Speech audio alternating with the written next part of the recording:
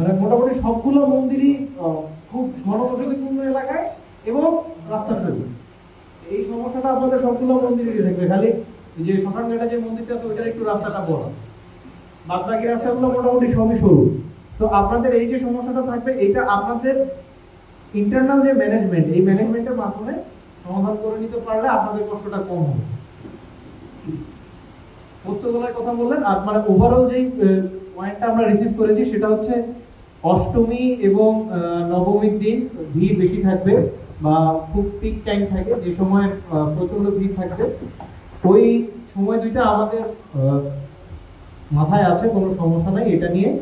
আমরা স্পেশালি আপনাদের যখন থেকে পূজার পিক টাইম শুরু হবে, লাইক ষষ্ঠীর পর থেকে মানে 28 তারিখ থেকে, আমরা ওই সময় থেকে ভাগ ভাগ করে দিব যে আমাদের কোন দল কোন এলাকায় ডিউটি করবে বা কোন ইয়াটা ডিউটি করবে, ঠিক আছে? এই জিনিসটা আমরা করে দিব যাতে করে আমরা খুব দ্রুত আপনাদের ইয়াতে রেসপন্স করতে পারি।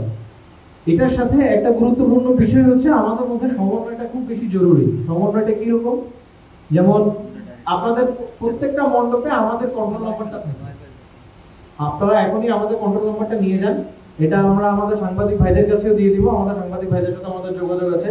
পুলিশ প্রত্যেকটা থানা অলরেডি আমাদের কন্ট্রোল নাম্বার জানে, আনসারদেরকেও আমরা আমাদের কন্ট্রোল নাম্বার দিয়ে দিব, র্যাবের সাথেও আমাদের যোগাযোগ আছে।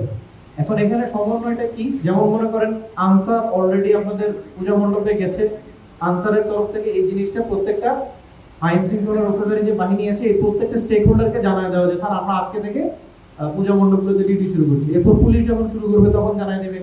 অথবা আপনারাও করতে পারেন, মণ্ডপের যে আপনারা যে সভাপতি এবং সেক্রেটারি যারা আছেন তারা আপনারা সাথে সাথে আমাদেরকে জানাইতে পারেন যে স্যার আজকে আমাদের এখানে আনসাররা আজকে থেকে ডিউটি শুরু করেছে, বা আমাদের এখানে আজকে থেকে পুলিশ ডিউটি শুরু করেছে। এই জিনিসটা এটা হলো সমন্বয়, তাহলে আমরা জানা থাকলাম, এটাতে বিভিন্ন কাজগুলো করতে পরবর্তী স্টেপগুলো নিতে আমাদের জন্য সুবিধা হবে।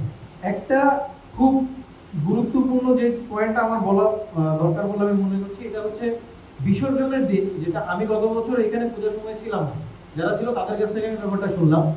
বিসর্জনের সময় নাকি বিভিন্ন বাসা বাড়ির ছাদ থেকে উপর থেকে গরম পানি ফেলে দেওয়া হয়েছে, তারপরে বিভিন্ন ধরনের জিনিসপত্র থ্রো করা হয়েছে। এই জিনিসটা তো আসলে কোনোভাবেই অ্যাকসেপ্টেড না, এটা খুবই একটা আনএক্সপেক্টেড এবং আনএক্সেপ্টেড জিনিস।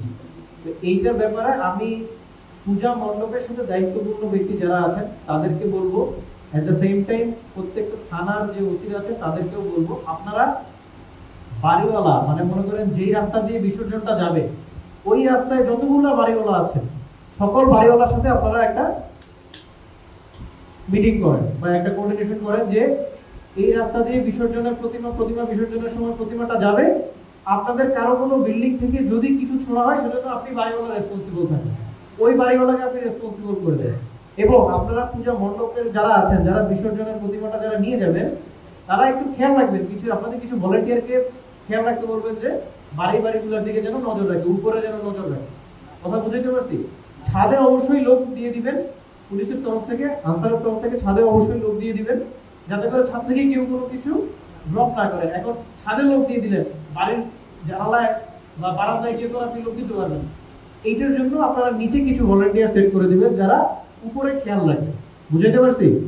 এবং ওই স্পেসিফিক বাড়িওয়ালার বাড়ির নাম্বার বা বাড়ি ইয়াটা আপনারা নোট করে রাখবেন যে আপনার বাড়ি থেকে এই জিনিস ছড়া হয়েছে, আমরা তার বিরুদ্ধে আইনানুগ ব্যবস্থা নেব।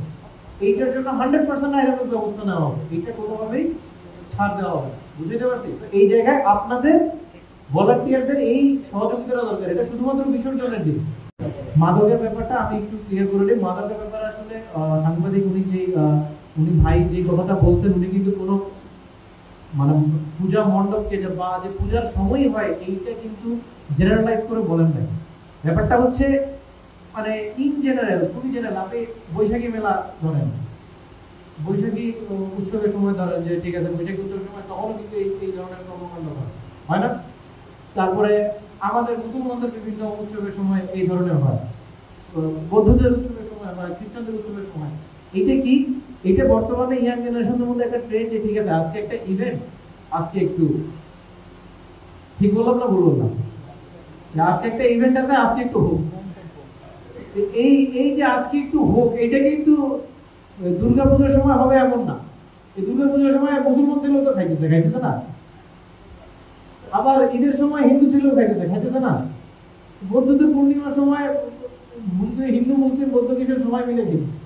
তো ব্যাপারটা এমন না যে দুর্গাপূজার সময় শুধু হয়, এটা এই সেন্সে নেওয়ার আসলে কিছু নাই, বা এমন না যে শুধু দুর্গাপূজার সময় এই ধরনের কর্মকাণ্ড ঘটে, সব সময় হয়। উনি আমাদেরকে যেটা বললেন সেটা হলো একটা, আমরা যেন বিশেষভাবে এই জিনিসটার প্রতি নজর রাখি। আমরা নজর রাখতেছি, প্রতিনিয়তই এই জিনিস চলতেছে। রাস্তাঘাটে এই যে জুরাইন রেল গেটে অহরহ চলতেছে, আমরা ধরতেছি, ধরে পুলিশের কাছে দিচ্ছি, ওকে আবার ওখান থেকে ছেড়ে দেওয়া হচ্ছে, এই ধরনের যে এই জিনিসে অভ্যস্ত সে তো জিনিস করবেই। ওই যে আমি শুরুতেই একটা কথা বলছি যে কমিউনিটির একটা ব্যাপার থাকে, যে আমাদের কমিউনিটি থেকে তাকে এই জিনিসটা বোঝানো যে এই জিনিসটা করাটা ঠিক না।